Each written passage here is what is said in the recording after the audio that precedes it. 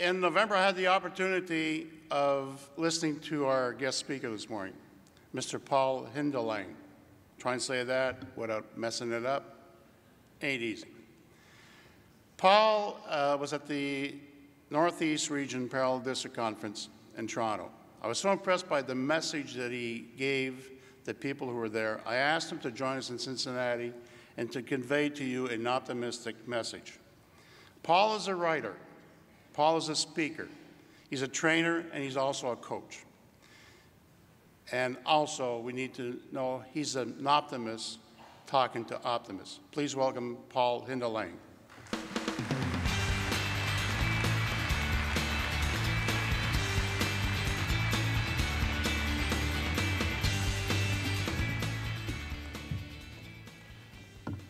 Good morning, optimists. Thank you, JC. I was looking at the notes, prepared script and the schedule, and in there it says the motivational speaker, Paul Hindelang, to speak for 45 minutes. And I thought to myself, if I spoke for 45 minutes, I'm not sure that you would be optimists. So I would like to pick up on JC's comment about the Parallel Conference. It was a wonderful conference, and there were 6 of the districts represented, and each of those district governors had their message. And what we tried to do was link them all together to promise yourself to leave a legacy. And saving you from the repeat of that presentation, I have put together some new notes that I'd like to share with you today that continues that theme of promising yourself to leave a legacy, but adds a little twist to it. When I thought of Cincinnati, one of the first things that came to mind was Norman Vincent Peale. And you may recognize that name. He was the author of The Power of Positive Thinking. Then I looked into some of the notes on the Cincinnati area, and I found that the Queen City, Cincinnati, actually had Optimist Club way back in 1895, even before the Optimist International was formed. And the records indicate the club was involved in city beautification programs, various welfare charity projects, as well as youth programs. So there's a great tradition here in Cincinnati that fosters optimism as we know it. And then I noted also in the writing that it was in 1937 the last convention was here, so it's high time that the optimism is brought back to Cincinnati after 76 years. So welcome again, and thanks for being in Cincinnati. Norman Vincent Peale was raised just up the road about 6 miles on Spencer Street in Cincinnati. And as a preacher, he was very, very successful. He spent 54 years preaching from the Marlboro Collegiate Church in New York, and also on a broadcast by NBC. And his sermons were so revered for the reason that they were simple and optimistic.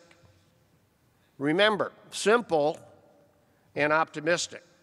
The folks in this hall already have the hardest part. That's the optimism. Dr. Peale, he lived to be 95 years old, and his books and his foundation and a magazine called Guideposts, which published 5 million annual subscriptions, continues on today. And then I looked at the agenda and I said, this is the 95th Optimist International Convention, 95 years. Maybe there's a tie-out. It's been a well-lived time for Optimist International in their 95 years. But just like Norman Vincent Peale's positive thinking messages, the work of Optimism International must carry on, and it must flourish, and it must grow. And the people in this room are in charge of that mission.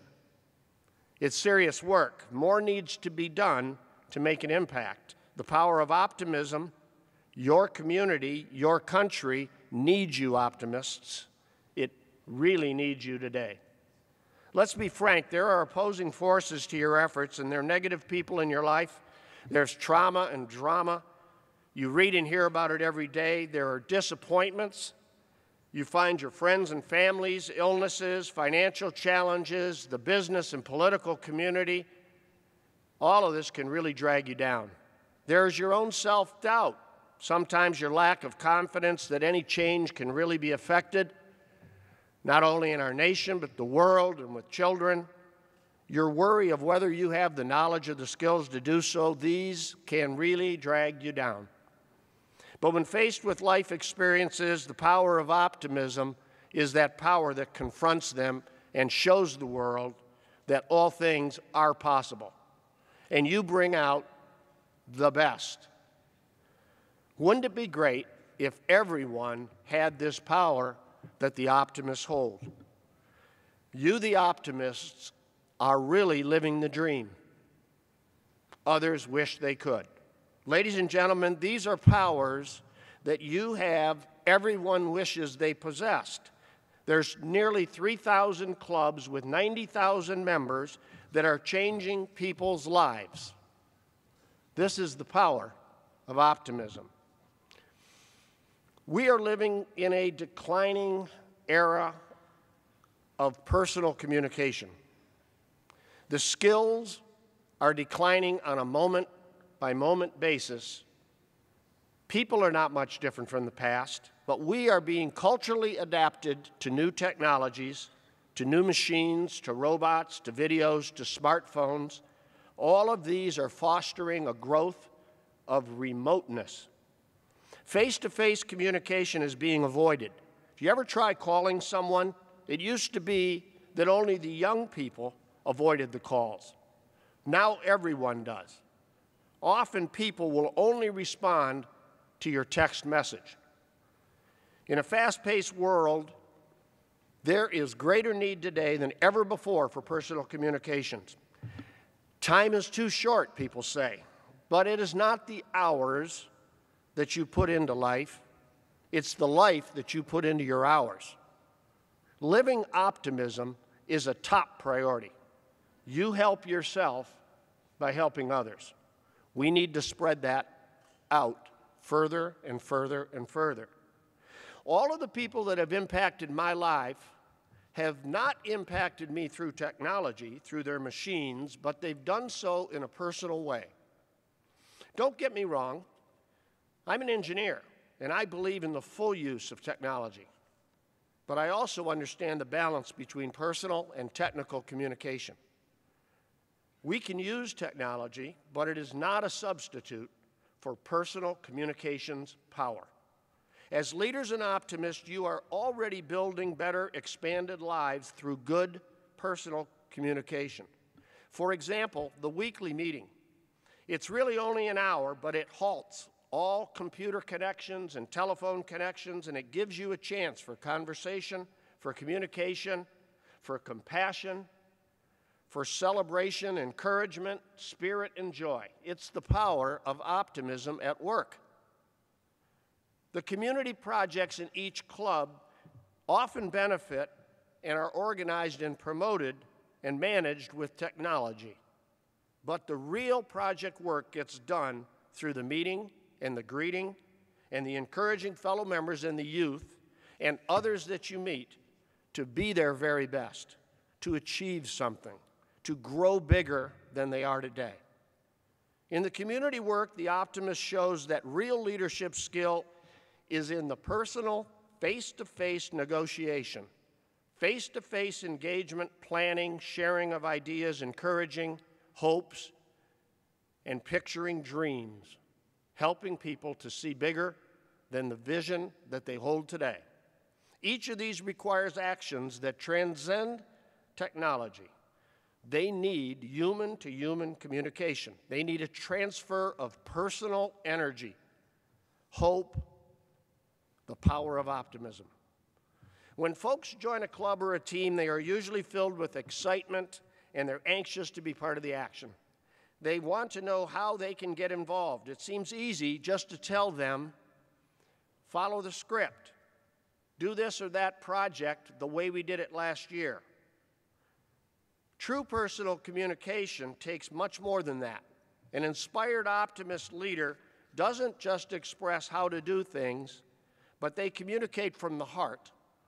Why do we do it? And it's the why we do it that clarifies what we do and then drives how to do it. When an optimist leader can explain what joy it brings to see some underprivileged children enjoy a Christmas party, or to see a youth helped with their education scholarship or improve their speaking skill, or get safety in their neighborhood, or how a community park was a blessing for everyone in the community, these are the reasons why optimism exists. These reasons why illustrate what optimism and optimists really do. You are spreading a philosophy of life, and you're changing people's lives for the better. That and this why and this what make a how-to worthwhile. The effort requires the power of direct communication of optimism. 30 years ago, this month, I started my company in training and consulting. I was attending my first convention at a leadership training company where I was purchasing materials and programs to use in my services. And one of the leaders of that company was a very great recruiter and a motivator of people. And he successfully had built that company, and I had a chance to visit with him on the side, and I asked him what the secret to success was. I was just starting out, and I surely wanted the shortcut, because I, too, wanted fame and fortune. He said to me, "Just remember, Paul, everyone wants someone to believe in, something to believe in, and someone to believe in them." Let me repeat that. Everyone wants someone to believe in, something to believe in, and someone to believe in them. Maybe the biggest challenge that faces the power of optimism is really captured in that secret message given me that day. I'm talking about trust. I'm talking trust is the single most important factor in a personal relationship. People are crying out for someone and something to trust. Trust is the feeling we can depend on another person. It is built on one personal interaction at a time, and it's built over an extended period of time. Trust can be destroyed instantly with only one bad encounter, whether it's personal or through technology. Trust and mutual respect go hand in hand. With both trust and respect, it is possible to move quickly and be motivated because you believe that your best interests are being served. Trust maximizes the energy and the joy of the group. Think about it. Trust is earned through personal communication. As an optimist, you are someone to believe in. You're a good example. As an optimist, you have something to believe in, a philosophy that changes lives for the better. And as an optimist, you can be that someone who believes in a fellow member, a youth, or any other person you meet. The secret I pass to you today for your power in optimism is to remember everyone wants someone to believe in, something to believe in, and someone to believe in them. Personal communication makes you someone to trust. I did a little research on the word optimism, and I found a British researcher presented some findings on her testing of people's brains to locate the source of optimism. This analysis showed a phenomenon of what they called the optimism bias. They found that there is a certain location in the part of the brain that actually produces and reacts to inputs with an optimistic bias. There's another location in the part of the brain that produces and reacts with a pessimistic bias. Findings show that the optimistic center is about 3 to 5 times larger and stronger than the pessimistic center. This strength causes us to naturally, most often, deliver a natural optimistic bias, a tendency towards hope, achievement, survival. To look at it simply, since the optimistic center is already 3 to 5 times stronger, it needs to be fed with only a little bit of positive thought to overcome the pessimistic center. In comparison, it takes a large amount, a whole lot of negativity into the pessimistic center to drag down the optimistic center. The fact is, folks, that we feel about ourselves, we feel about life in response to the way we think. We tend to get what we think about, but we can choose what we think about, and we can help others choose the power of optimism. Optimism bias also helps your health. It has been shown in countless studies that people with serious diseases live longer, live a little easier, with less pain and less stress when they are positive and optimistic. They are hopeful and accepting and more peaceful. Pessimistic thinking can keep you sicker longer. Avoid it. Optimism bias also helps overcome the realists. Often you run into the person who can't stand a cheery disposition. They claim that you should be more realistic. Unfortunately, study shows that being realistic does not bring out the best in people. See, being realistic really causes one to worry, to create obstacles in their mind, to then only cautiously approach their assignment.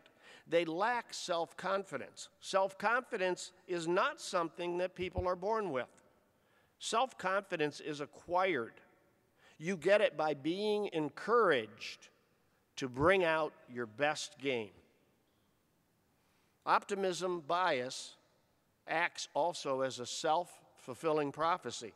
Remember, you become what you think about. You picture greatness first, and then you move forwards. Think about how you coach or motivate a child or a youth. You picture the dream. You give them the vision of hope, of possibility thinking. And it's with that positive expectation for the goal that they have in mind. This is the power of optimism. It is a hidden force that then helps that person fulfill the goal. Optimism also delays old age from settling in. Found this quote, "When I was younger, I used to be highly optimistic about the things in life. I felt it helped me deal with issues in a good way, and it was the right attitude to have. But then, once I got older, I felt that the time had come to be a realist. There were times when I felt that optimism was for the naive and the young. But then I realized, as I got even older, that optimism made my days brighter and better, and I concluded that perhaps optimism is truly the way forward and maybe only a teaspoon of caution to back it up." Optimism keeps you young, engaged, and attentive. Optimism, folks, is powerful, and you need to give it to yourself every day. Each day is a new day, and the optimistic center needs to be fed its positive thoughts. It needs fresh hope, budding enthusiasm. It needs possibility thinking. Unless it is rejuvenated, it will shrink. It will become weak and eventually unable to overcome the pessimistic center. Please do something every day to nurture your optimistic center. It is your power plant for the light and the hope that you represent. Give optimism to your club. There's someone in your club today that needs you to reach out in optimism and be the encourager.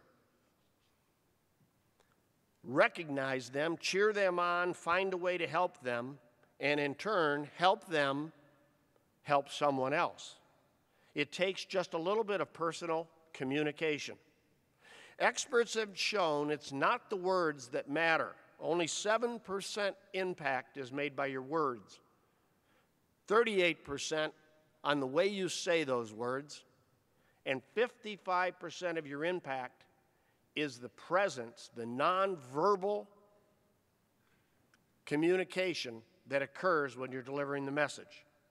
It isn't what you say to people, but it's how you say it and how you feel about it that makes you effective and powerful.